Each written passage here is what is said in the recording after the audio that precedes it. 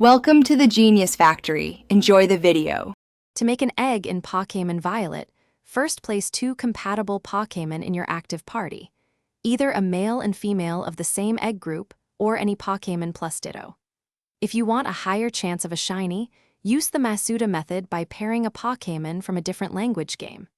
To control inheritance, have one parent hold an Everstone to pass Nature or a Destiny Knot to pass 5 Roman 4. These setup steps ensure the nursery mechanics will generate the kind of egg you want.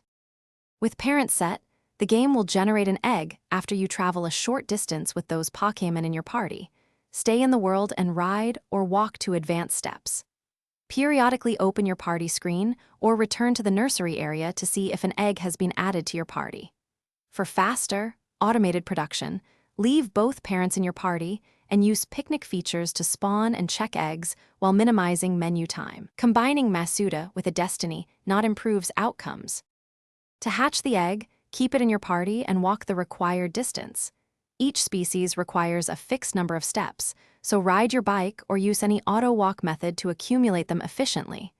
If you have a Pokémon with flame body or steam engine in your party, the number of steps needed is halved, speeding hatching significantly. Once the egg hatches, immediately check the newborn's nature, Roman 4, and ability to confirm that Everstone and Destiny Knot effects applied as intended. Thanks for watching. If you found this helpful, don't forget to like and subscribe.